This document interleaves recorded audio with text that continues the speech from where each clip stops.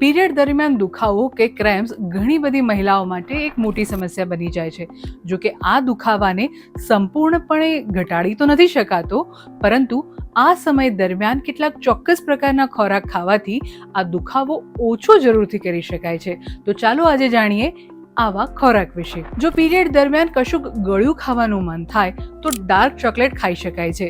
Dark ચોકલેટમાં રહેલું magnesium ગર્ભાશયના સ્નાયુઓને આરામ આપીને ક્રેમ્પ્સ ઘટાડીને માસિક દરમિયાન થતા દુખાવાને ઓછો કરે છે. તે સેરોટોનિનના લેવલને પણ નિયંત્રિત કરે છે, જે મૂડને સુધારે છે. આ સિવાય કોબી, ફ્લાવર, બ્રોકોલી અને મૂળા જેવા શાક પણ મેગ્નેશિયમથી ભરપૂર હોય છે, જે ચેતા અને સ્નાયુઓને આરામ આપવામાં મદદ કરે છે. સ્ટ્રોબેરી, બ્લુબેરી, નારંગી અને લીંબુ કે જે વિટામિન સી થી ભરપૂર છે તેવા ફળો ક્રેમ્પ્સને નિયંત્રિત કરવામાં મદદરૂપ થાય છે. આ સિવાય vitamin C, D, calcium, iron અને ઝિંક જેવા મિનરલ્સથી ભરપૂર ખોરાક લો. સાથે જ ઓમેગા-3 ફેટી એસિડથી ભરપૂર ખોરાક ખાઓ, જેમ કે અખરોટ અને અળસી. તેમાં રહેલા હાઈ એન્ટી ઇન્ફ્લેમેટરી ગુણધર્મો દુખાવાને દૂર કરવામાં મદદ કરશે. આ સાથે જ પીરિયડ દરમિયાન પ્રોબાયોટિક જેવા કે અથાણું, દહીં, છાશ લેવા જોઈએ,